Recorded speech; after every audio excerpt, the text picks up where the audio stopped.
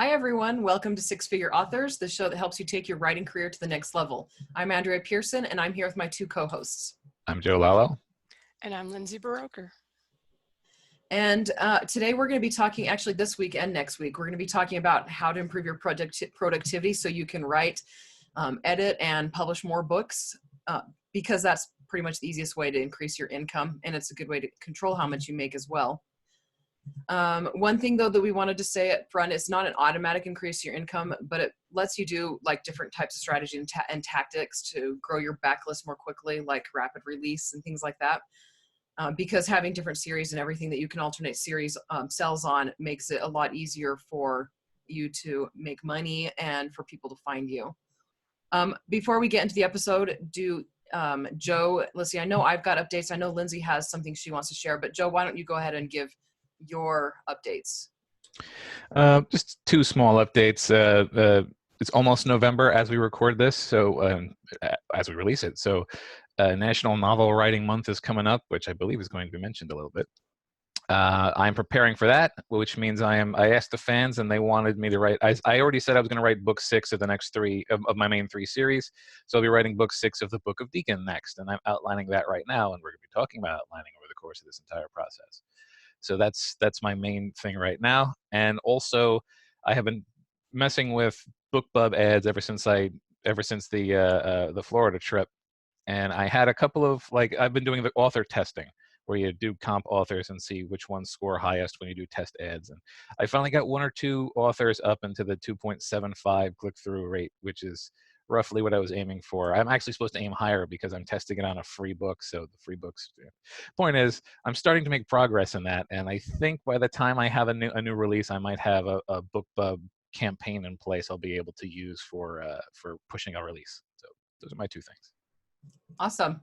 My updates are my big book launch for Shadow Prophet is finally over. Oh my gosh, that was a pain in the butt. I'm so never doing a book launch that big again. It's like I usually do big promotions later on after a book's been out for a while.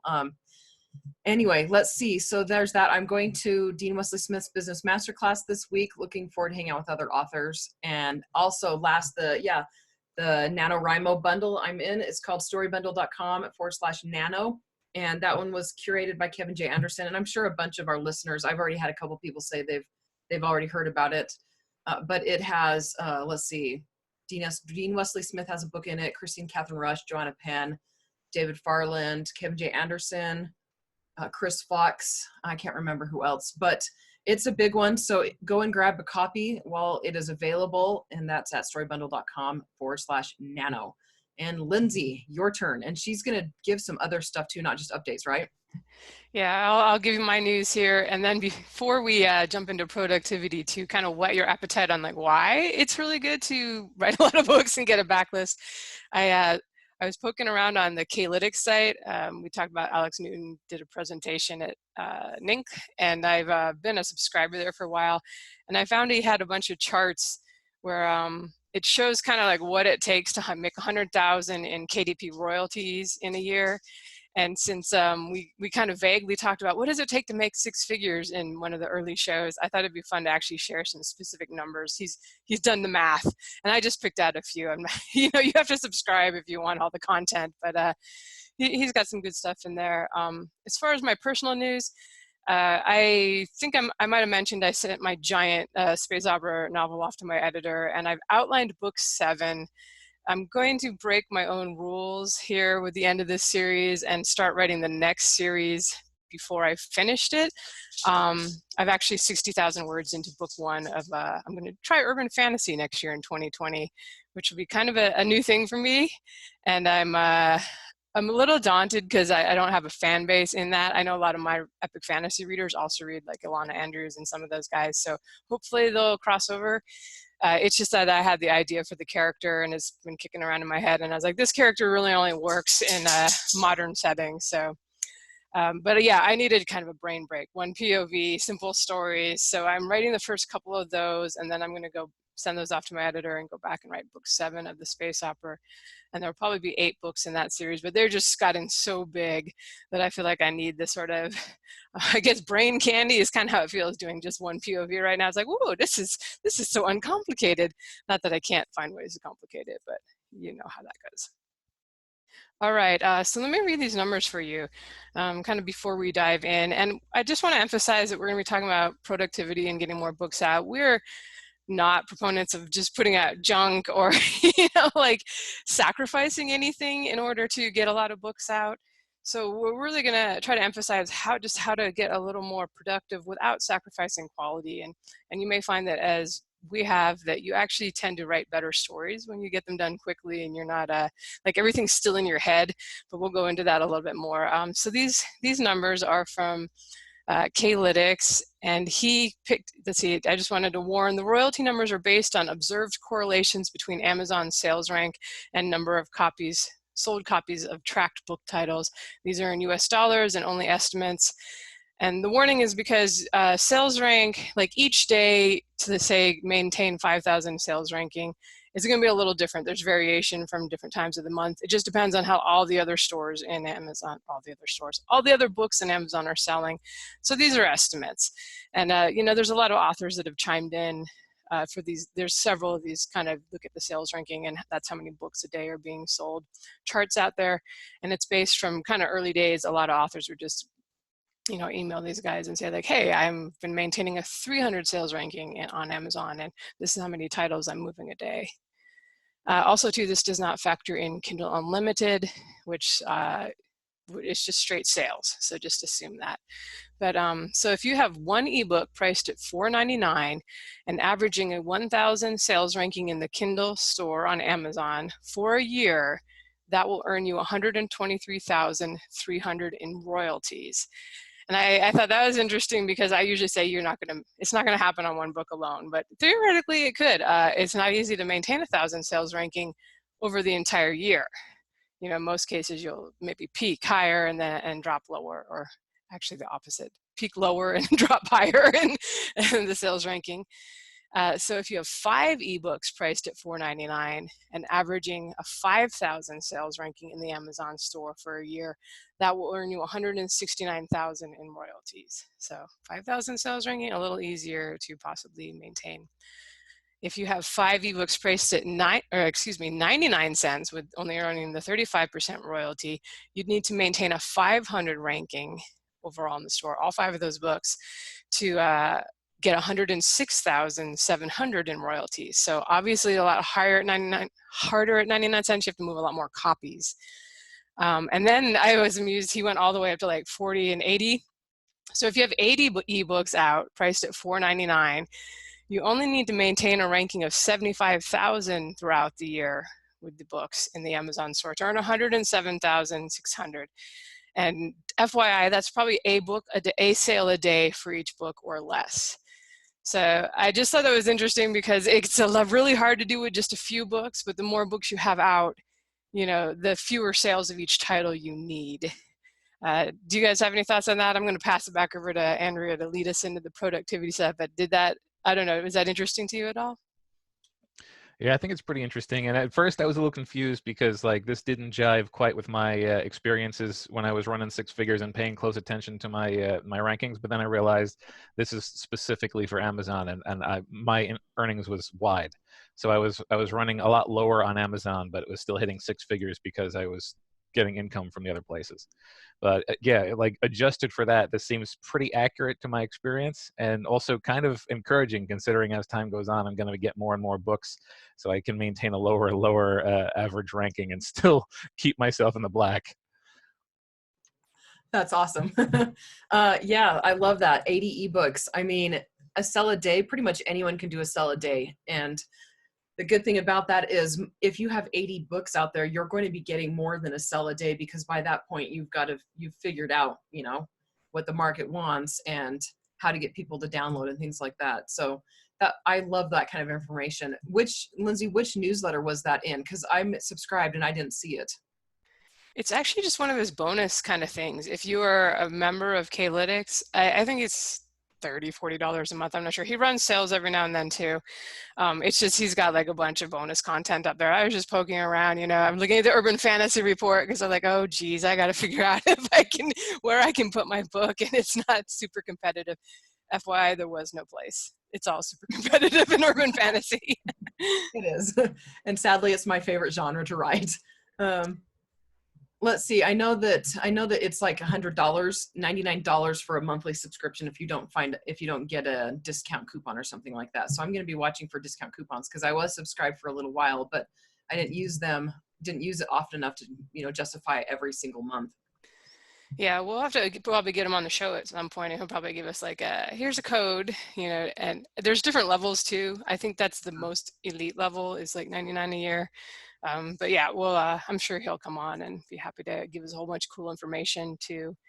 And I just want to say that kind of jives too. Like when I was getting started, J.A. Conrath shared on one of his blog posts, like, here's how I made 100,000. And it was actually, he made 100,000 that month, not that year. And that was when I was like jaw dropping. Oh my gosh, you can make that much from indie publishing. And you'd see like, it was kind of like this. He'd have a lot that were only selling a few copies a day or, you know, 100 a month or something. And then there'd be like 2 that would be kind of really making a lot of the money. And then that's usually how it breaks down. You'll probably find, we'll talk about it in here, kind of how the front list helps sell the back list. But Andrea, why don't you get us started talking about why, well, we've kind of already gone into this, why being productive and producing more is helpful. Yeah, that's one of the biggest complaints I get from my clients. They're like, I worked so hard on my first book, or I worked so hard on my first series. Why isn't it selling better? And one of the biggest things I have to tell them is the best way to success is through writing more books. It's not just focusing on that one book or that one series. That's not going to get you long-lasting success. It's going to get you possibly short-term success. But our goal is to be productive and to produce more so that we can be more successful. And our earlier books, not all of them are going to be really stellar. They're going to have weaknesses. They're going to have problems. You're going to be possibly disappointed to find that that first book that you publish is not the best one you're ever going to write, probably because it's the one that you put most of your heart and soul into. I know my first one was, but it eventually gets to the point where it doesn't even matter. Like what Lindsay was actually saying, if you have one book that's only making $100 a month, that money adds up. And that becomes a very powerful leverage, you know, when, you know, a subscription to K-lytics Elite is $100 and you are making $100 on one book, then it's easy to, you know, justify that kind of money, which is great. Anyway, so the best teacher's experience and the best way to learn is by writing. Lindsay or Joe, I think that you had notes. You wanted to go and talk about the financial benefits of being productive. Are there any other basic benefits or any comments on that? Yeah, I mean, on top of the obvious ways in which you're going to make more money if you're more productive, I think one of the things that gets overlooked with being productive is just finishing things. Like, it feels good to finish a book, and it can really wear on you when you haven't finished a book. I've had this happen both ways. I've gotten through, I mean, I do NaNoWriMo, and I have not failed in NaNoWriMo yet. So there are months when I write a full novel and I'm happy with it. And then there's the novel that I have just set back down again, which has been an on and again, off again project for over 3 years. And it really starts to feel like a grind. So productivity gets rid of that grindy feeling because you're always getting toward the end of a new thing, of an old thing. And more to the point, you're getting to the beginning of a new thing. And if you're like me, the beginning of a new project is the most fun and the most exciting part. So if you're being productive, you're never far from the next thing. It keeps you focused, it keeps you sharp. And I just think that like that is a part of productivity that for me almost is better than the financial incentive, just because this is my job. And the more I enjoy my job, the better the result will be. So if I can keep moving forward and keep my speed up, it's motivational and it keeps my morale going. So productivity, it's a feedback loop that pays itself back again and again. Yeah, one thing I've noticed is that, like you said, starting a new project is exciting, but finishing a project is also exciting, and that makes you excited to start the next project. Lindsay, what about you? Just to kind of chime in on that, I think that a lot of writers, when you're getting started, and we were all the same way, you know, like I had 2 novels finished that were not in the same series when I first started self-publishing, and I was looking at J.A. Conrad's stuff, like, how are we ever going to have that many books? And but you know, if you keep doing it year after year, you get up there. But you know, a lot of writers, when you're getting started, it's really easy to have the shiny new, I don't know, shiny coin, or the squirrel on the fence syndrome, where you're kind of, I'm on book 3 of this one series, but I'm getting new ideas and I really want to jump and do a new series. And you might let yourself do that, and then you never get back to the other thing you were working on. Once you get used to finishing things, you realize, well, I can just finish this series first, and that will be kind of my reward, is going on to the next shiny new thing. So that's it's definitely helpful if you're someone that always has new ideas, which I think all writers are like that. And but as far as finishing things and getting it out there, you know, like I said, the more books you have out, the more products you have for people to buy. And I think the kind of the K-lytics numbers help just, you know, show that. And also the more doorways there are into your entire writing universe. I think at this point I probably have, I've at least got 4 big series completed, and then I have some smaller, like, you know, series of novellas, and some, I think I might have some duologies. That's a thing, right? And also a couple series under the pen name, so that if somebody comes in through the old stuff, you know, there's 8 books that they can buy, and I maybe didn't even have to market those. They just found them because they happened to come in through the front list, which is another thing that, like I said, I've found it to be true that the front list sells the back list. That's the expression. And when I've actually taken a look through Book Report at my numbers, I'll find that in any given year, my new releases will account for about 50% of the income. And that's with me releasing 8, 10 novels a year. Occasionally I've gone as high as 12. So it's not a small amount, but would you look at my backlist, it's probably like 70 or something now, novels and other smaller things. And so 50% of the income will come from the new stuff, but a sizable amount, the other 50%, is coming from the backlist stuff that I may or may not even be marketing.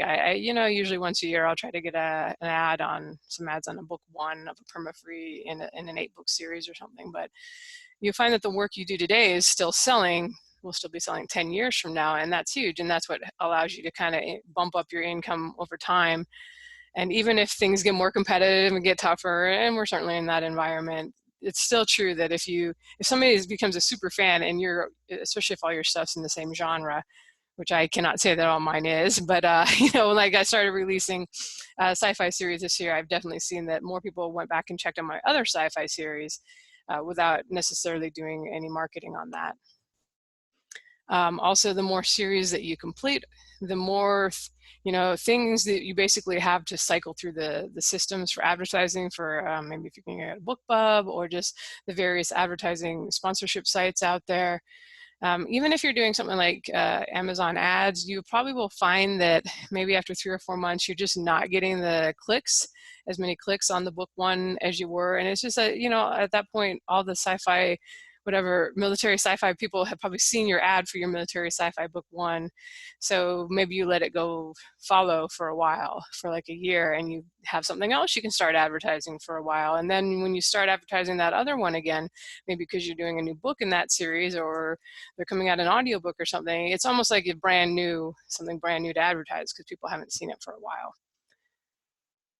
Lastly, if you can complete series, and you don't have to do 8 books, they can be duologies or trilogies, you know, it's a real selling point for some readers. Many readers have gotten burned by series that were never finished. I have a couple myself that I still have to finish up. I've kind of gradually been finishing up some of the older ones in between writing new ones. But you can even put that, as we were talking about on an earlier show, on the like book 1. Now this series now completed 8 books, binge read them right now. And that's a big selling point for those people who don't want to just start, like they see you only have 2 books out, and they're kind of like, you know, especially if it sounds like maybe something like epic fantasy where it might be 8 books in the series, you know. So it's a little easier to market a complete series. And like I said, the more you have, the more things you can alternate marketing, and there's less likely that your potential audience is going to get burned out on seeing the ads for that same book 1 over and over again.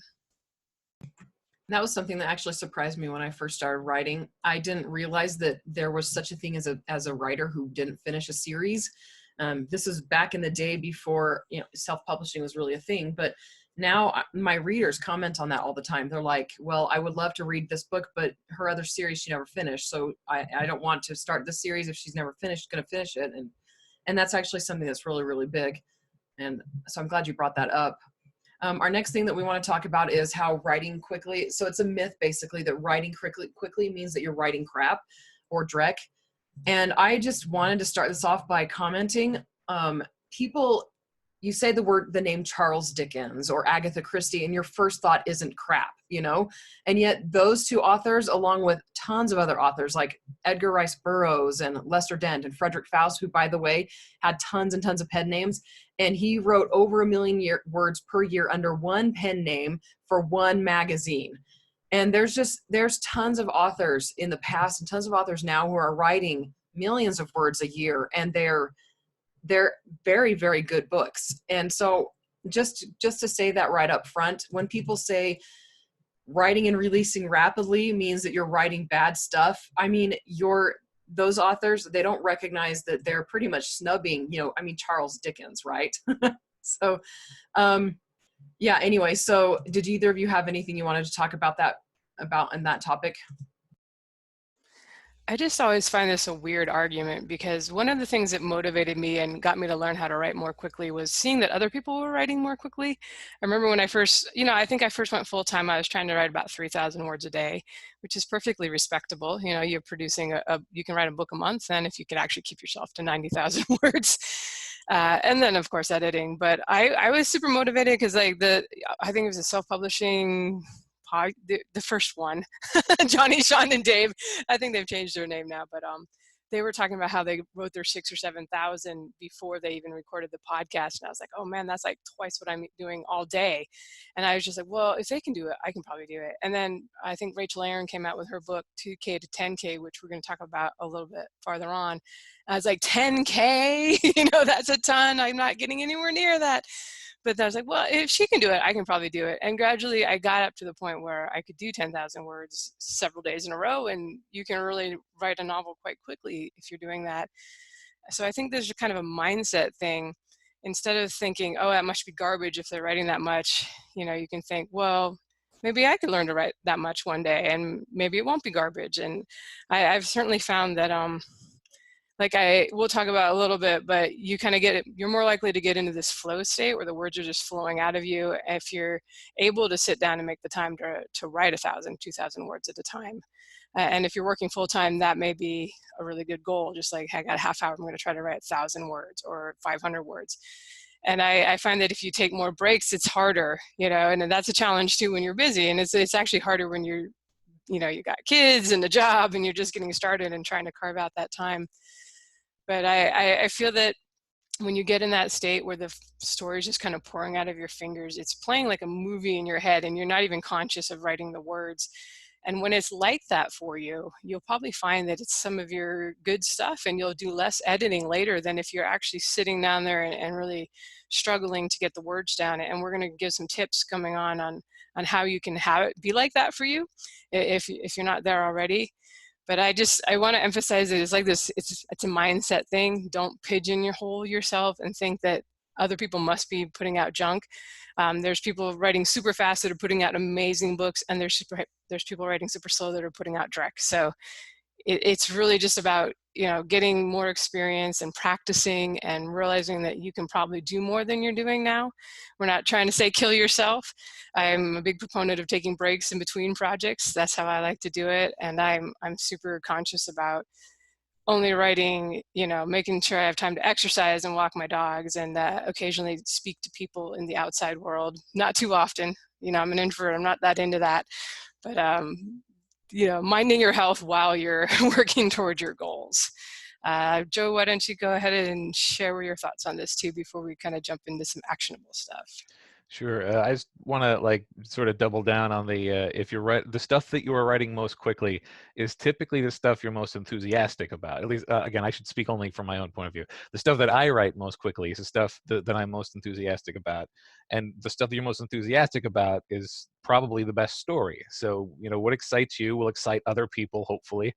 So yeah, just writing quickly is a sign that what you're writing is good, at least to me. And oddly enough, I can't write badly quickly. Like, I know that that something needs work when it's taking me time, and I get like, well, I have to rewrite that sentence 3 times to make sense. I got to get up and walk around. So like the speed at which I'm writing is an indicator of quality for me, and I'd always sort of thought that was the way it was for everyone else. But yeah, and also I guess just one little tag on this: when you write quickly, it doesn't mean that you just drop it and go. Once you're done writing something, quickly or not, you're going through it again. So like, it's not as though you're making something that's like poorly thought out and untidy. You're going to clean it up later. But getting the words down quickly is just a very strong indicator of enthusiasm for me.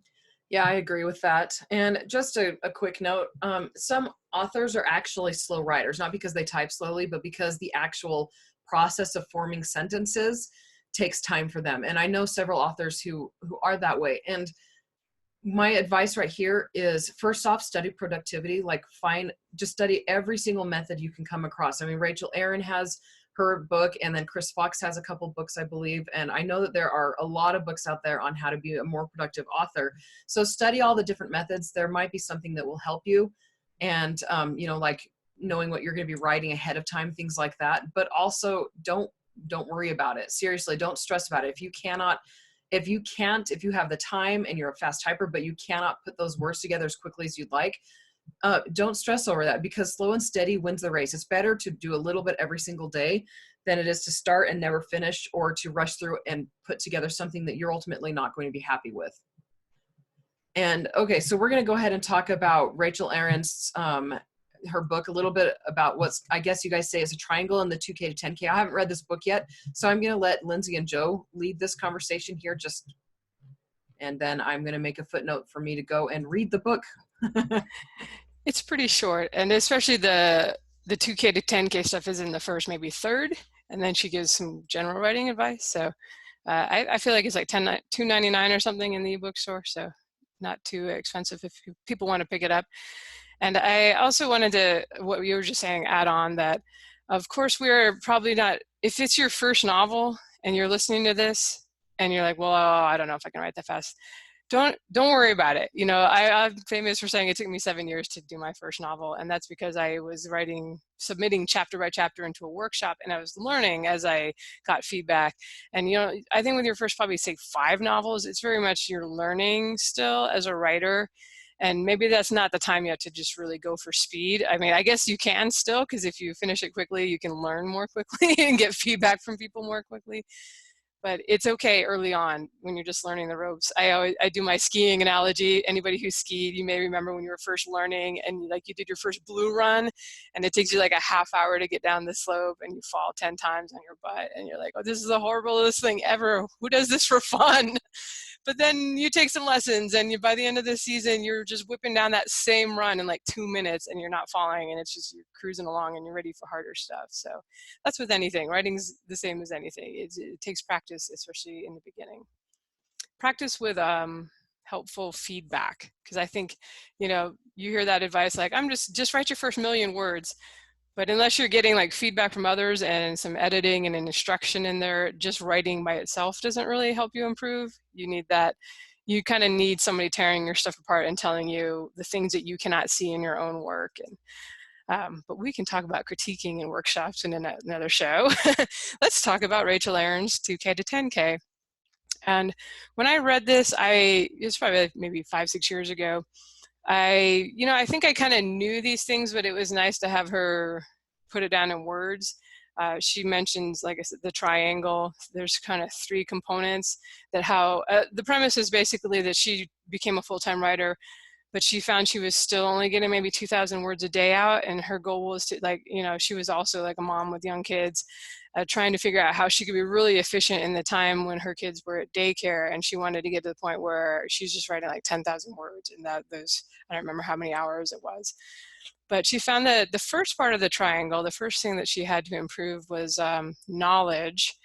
And by that I mean knowing what you're going to write before you sit down and start writing. She mentions that she took a few minutes at the beginning of the day to outline what she was going to write that day. And I'm the same way. Like, there's no point in me being at the keyboard until I know what's going to happen in the scene. So that's sort of like when I'm walking my dogs, it's a good time to figure out the next scene, or on the treadmill at the gym, or, I'm not sure it's safe, but driving, I don't know, something about that sort of just motion of staying between the lines and that's all you have to do. It seems like a good time to think of plot points, whether that's the best time or not. So that's been really helpful for me. That's what I do, is before I sit down, because if you just sit down and you don't know what happens next, that's when it starts taking a long time. So I would say, get off the computer, go figure out what's going to happen in the scene, and then get back and write the scene. Joe, do you do this, and you have anything you want to share on that? Yeah. One of the biggest changes to my writing process when I started using Scrivener, which is what I do all my writing, what I do most of my writing in, was the addition of thumbnailed scenes. Like in Scrivener, you can basically emulate writing stuff down on an index card and sticking it on a bulletin board. And my old outlines were outlines. It was the sort of thing you'd find in a textbook, where it's just bullet points with sub-bullet points and so on and so forth. And that is still how I outline. But working from that outline and then putting it into scenes was kind of messy for me. I had to keep on going back and finding my spot. And once I realized that I could just have a little scene-by-scene thumbnail thing, it helped me in a number of ways. First off, I know sitting down, I got a nice big paragraph of description that I'm going to work from that I can expand into a scene. Number two, I learned over the course of we're going to talk a little bit later about like analyzing what you do, but I learned that my average scene is about 1,200 words. That's roughly where I land when I set out to write a scene.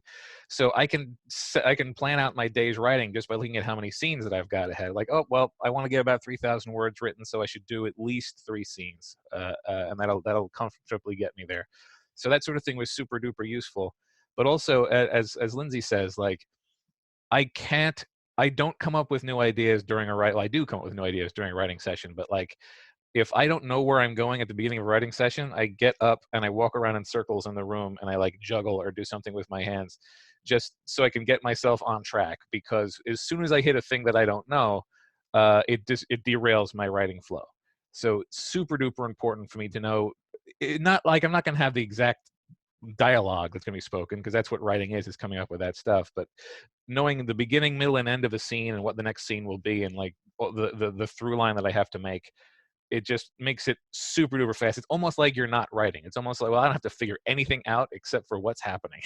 And I don't know why, but for me, that's just lubrication for words. Even if you're a dyed-in-the-wool pantser, and we'll talk a little bit about outlining in the next section 2, I think you'll find it useful to just get the scenes you're going to write that day, take a minute and figure out what they're going to be before you sit down and start writing. Andrea, did you want to chime in on that, or do you have any thoughts, or should we just kind of continue through covering the book stuff without you? Yeah, let's just not talk with me. You're just banned. You didn't read the homework. Joe, I want to see you juggle. Are you like literally juggling? Yeah, I actually juggle. There's balls back there. That's cool. So one of these days we're gonna do like a YouTube episode where you juggle. Okie doke. Anyway, so I agree with that. Knowing where you're going before you start is very important. And so for me, my day starts with chaos, with the kids needing to be fed and everything. And so what I found is knowing the night before, like setting up the night before my to-do list, and then the scenes that I want to write. And then while I'm working around the kids and getting them breakfast and things like that, I found that thinking about it and constantly refreshing my brain over what I'm going to be writing that day really, really does help. And yes, especially like driving, it's like that repetitive, like Lindsay was saying, that repetitive motion and things like that actually helps me brainstorm. So yeah, that's my little 2 bits there. The shower seems to be an excellent place for all writers that I know too. So if you're getting naked, notepad. Yeah, hop in there with your notepad and just stare and let the water run until it gets cold and plot your story out. All right, next on the triangle is time. And she mentioned that she suggests spending a couple of weeks taking notes about your productivity, like how many words you're getting, like write for a couple hours in the morning, write in the afternoon, write in the evening, if these are possible, write at home versus writing maybe in a coffee shop, and just kind of record like how many, words did you get down during and in what time. And because what she found was that the hours she thought she would be most productive didn't actually end up being the time she thought she would be most productive. And I know I don't consider myself a morning person. I'm like, you know, let me have my coffee and just like sit here on the phone, check Facebook, you know, or read. I like to read in the morning, and then go out with the dogs and then have breakfast. And by the time I get going, it's maybe like 11. But I've found that when I'm actually trying to do like 10,000 word days, if I can actually just pull the laptop in there, have my coffee, start writing, I can get to the first 2,000 words done pretty quickly. And it's just a little bit easier when I sit down again at 11 after doing whatever dog walks, exercise stuff, that it's a little easier already having that first chunk done. And I'm quite efficient for a non-morning person. It seems to come out pretty quickly, and maybe it's just everything's still kind of quiet at that time of day. And I know a lot of writers who end up getting up really early. If you are still full-time at your regular job and have a family, sometimes getting up at 4:30 to me as a non-morning person, that sounds insane, but you know, that can be some quiet time you can carve out for yourself. But yeah, check. Don't assume. Some people are like amazing at 1 p.m. When is the time after midnight? I believe it's 1 a.m. You know, some people are amazing then. And I can be really good then too, because I'm trying to go to bed, and you know, if I've left 2,000 words that I still have to do, I'm like, oh, I got to just get this done. I hate not making my goals. So what do you guys, have you experimented with that at all? And what'd you find? Yeah, this can actually be super counterintuitive. I am absolutely not a morning person. Like if I had my druthers, I'd be going to sleep at 4 a.m. some nights. Like basically the way that I am as a writer, or the way I expected to be as a writer, is the way I was during summer when I was in school, which was basically, you know, I wasn't waking up until noon. So I'd expected that's just the way I would eventually settle down into. But I discovered that I write literally twice as many words before lunch as I write after lunch. Like if all things being equal, if I do 2 hours of writing in the morning and 2 hours of writing after lunch, the 2 hours of writing in the morning is going to have twice as many words. And I don't know why. So for me, it's a constant struggle to make sure I wake up early enough to have a really good writing day. And I never would have thought that was the case if I hadn't been paying attention.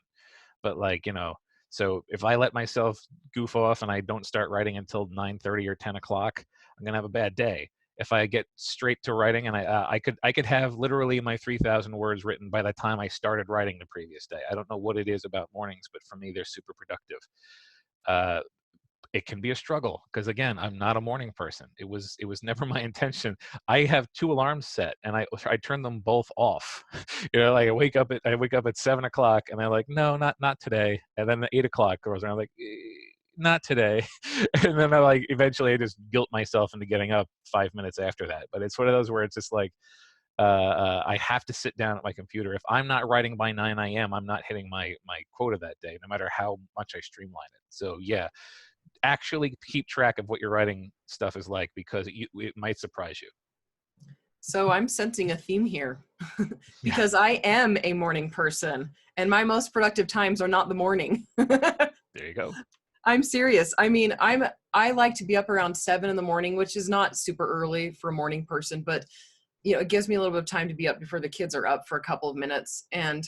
But I've found that is not my most productive time. I don't understand that. But listening to you guys, it kind of makes sense. My most productive times are around 10 and 11 a.m. and again around 8 or 9 p.m., which by that point with kids, I'm so exhausted, you know, but it's like I've got everything else off my slate. So I'm finally ready to focus on my book again.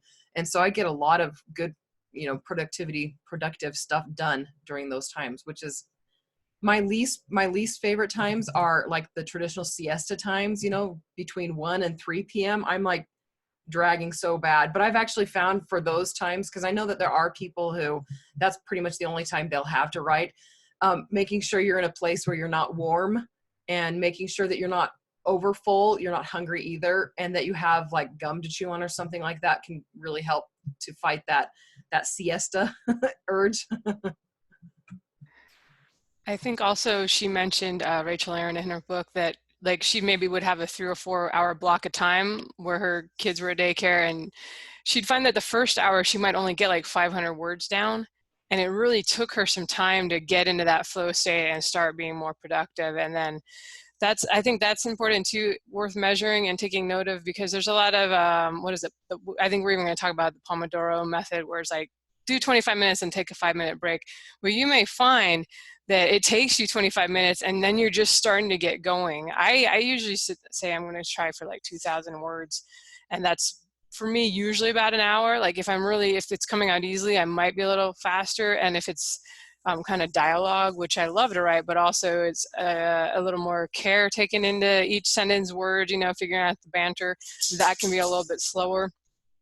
But for me, I would have a hard time just doing 25 minutes and then taking a break. So I do take breaks. I'm definitely a big fan of breaks, but for me, they're more like every hour or so. And if I'm in that flow state, I usually make myself take a break, because I know my body will regret it if I don't. But for me, I like longer than the 25 minutes. And so you may time yourself and figure out, like, am I really productive in that time? Or, and it's possible you can train yourself to be more productive in that time too. Or you may just find that with some stories and some scenes, they really start flowing out of your fingers right away. And other times you kind of need to warm up and get into it. So just a quick note on that. You're talking about, taking a break and things like that. One thing I found with my writing and with studying when I was in college, if I will force myself or push myself to do 40 minutes of work, then I let myself take 20 minutes of a break. So what I did in college, and then when I was first writing before I had kids, was I would do 20 minutes of a house episode or something like that. And then I would go back to work. And that was enough of a break for my brain to refresh. And nowadays I go and feed the kids because they like food. They sound kind of pushy, to be honest. They want food. Every morning they want it. Every morning. It's not just the mornings either. Oh my gosh. Once a day. Wow. Okay. So the next thing that Rachel mentioned, the third point of the triangle, is enthusiasm. And this is realizing that the words are going to flow out more quickly when you're really excited about a scene. And the point she made is that if you're not excited about a scene, there's a problem. The reader's not going to be excited either. And I think we don't realize this as writers. We're like, well, I just have to write the scene because the plot says that this happens and it has to happen before I can write this other scene that I'm more excited about. So that one scene becomes a slog. And I have to do this myself too. I'm like, if something's not really seeming fun, I have to think about, like, well, what can I do? What can I add to this scene that would make it more interesting? Is it, do I need to have like this antagonistic conflict between a couple of the characters, or do they just need to be working something out in the conversation while we're fighting these bad guys? Father and son are having their moment together, because that's the kind of things I really enjoy, is sort of the character interaction and growth things. So what do you really enjoy? And if a scene is a slog, man, can you figure out how to not make it that? Do you even need the scene? I would ask yourself that first. I think beginning writers do a lot of travel scenes where you realize I can just have a scene break and I don't really need to show the covered wagon going all the way to the other state, if nothing's happening, plot significant during that time. So enthusiasm, to me, of all the three things, I think that's the biggest thing that helps the most. It's just, even if you're excited about your next shiny idea, find things in the scenes and chapters you're working on and the rest of the book to continue to be enthusiastic. And I think that will also come through to the readers. They'll enjoy reading those scenes a lot more. Yeah, absolutely. This is something that I also learned early on. When I started outlining, for a while, again, it was very blocks of text with indents and bullet points and all that good stuff. And I started to realize that, like, if you just had a sentence of the thing that you were going to do, and that was what your outline was, like, that's where you built your outline out of. That was important for two reasons. One, it was a quick, sharp thing, and it was, that when you sometimes less is more when it comes to getting yourself started. But second, if you have just a one sentence thing of what you're going to do in a scene, it means something is happening in that scene, which is something that you might not have done otherwise. You're like, oh, well, they have to get there from it, like you say, travel. But speaking of enthusiasm, the second, like, basically the first real thing I did that wasn't like a lifelong project that I decided to clean up into a book was a novella called Jade. And I had written the first one just over the course of many, many, many years and revised and reworked and everything. And I wanted Jade to be quick. So it was written as a series of scenes that I just really wanted to write. It was like almost a clip show of like, oh, here's a cool thing that could happen between these two characters, and here's another cool thing I could do. And so basically it's a 40,000 word novella, and probably 30,000 words are those scenes that I was super excited about, but they weren't connected at all. So when I finally got to a scene which I would call the climax, and I had all these arranged in the order I wanted, they still didn't make any sense because there were necessary in between events to connect them. So then I wrote the connector events, and sort of the framing story. I wrote that last, but because I had written all of the exciting, interesting, fascinating, fun scenes first, those last 10,000 words took 3 times as long as the basically it was basically the whole process over again, because I wasn't enthusiastic about any of the scenes in those 10,000 words. And if I had just planned it better, if I had combined the connector scenes to the exciting scenes, or any other way to sort of homogenize the excitement for myself, even if I ignore the reader for a second, it would have been a much faster process. So yeah, the enthusiasm is just the fuel for a writing session, and the more of it that you have, the faster the writing session goes, the more words come out in that writing session, and frankly, the better the pace of the story is, the more interesting the story is to the reader. Enthusiasm is definitely the strongest leg in this triangle. Yeah, a little bit of a juggle there. Those of you who have silences cut out won't even notice. But yeah, no, what they both said, seriously. And again, like what Rachel's saying, if you're excited about something, you're going to want to write it. And passion for a book in the author does lead to excitement and passion for a book in the reader. And if you're bored, you need to find a reason to write that scene. But there is a point, I think every author comes to the point where they're not excited to work on something. And so even if you were previously excited for a scene, that excitement can be dampened a little bit. But I have noticed that my favorite scenes to write are my favorite ones to edit as well. The problem is not every scene is going to have that same level of excitement, and you're going to have to slog your way through a couple of things here and there.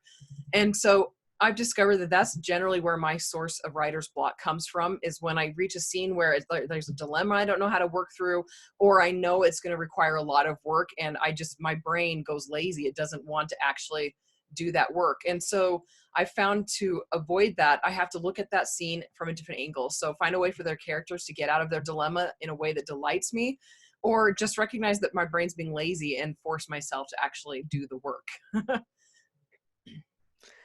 I often struggle with the climactic end battle stuff. I'm kind of an action adventure writer within the fantasy sci-fi group, but it's funny because the things I love are the character interactions. But in order to have these meaningful conversations, not obviously, but often it's like as a result of like this epic battle, or these struggles that the characters are going through are what lead them to bond and have these relationships and moments with each other.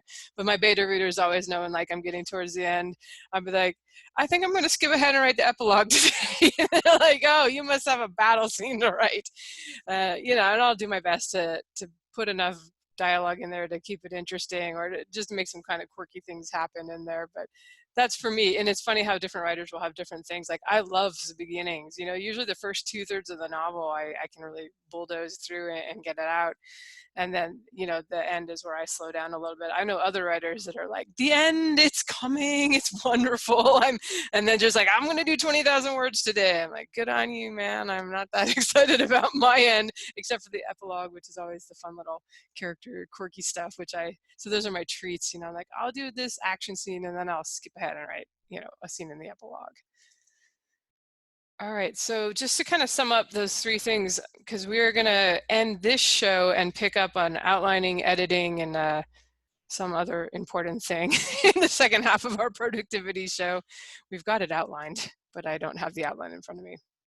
But just a reminder from Rachel's triangle, if you too want to go from 2,000 words a day to 10 a day, or maybe from 500 to 1,000, whatever is feasible.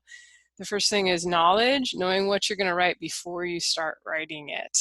Time, realizing when you're the most productive and taking advantage of that. And maybe that means taking a couple weeks and recording first and figuring out, because it may be a surprise to you. You may find you're more productive at one time of the day that you didn't expect, since it sounds like we all are productive in our least favorite times of day. And then the last thing is enthusiasm. If you're finding you're not enthusiastic about a scene and it's a slog, step back and think about what can I alter here to add a little bit, make it a little more exciting. Do you guys have any final thoughts before we end this episode? Nope, nothing that I would just be stepping on my future points if I said something now. All right, no teasers then for the last episode. And Andrea, actually, did you want to lead us out on this one? Yeah,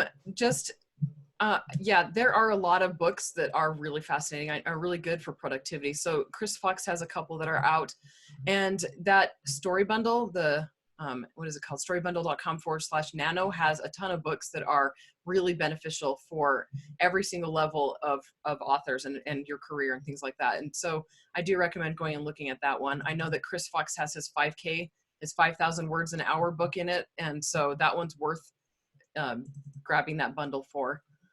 Anyway, so yeah, we're going to go ahead and tie up this episode and take a break and record the next one because I'm going to be in the master business class this week. So if you have any questions, go ahead and send me, or go and actually, I just totally went into my other podcast.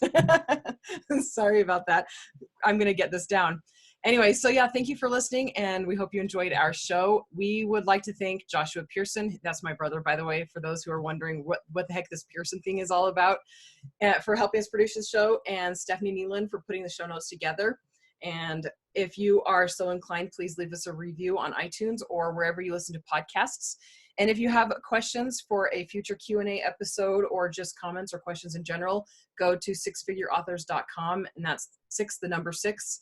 And we would love to hear from you, and we will talk to you all later. Bye. Bye-bye. Bye-bye, everybody.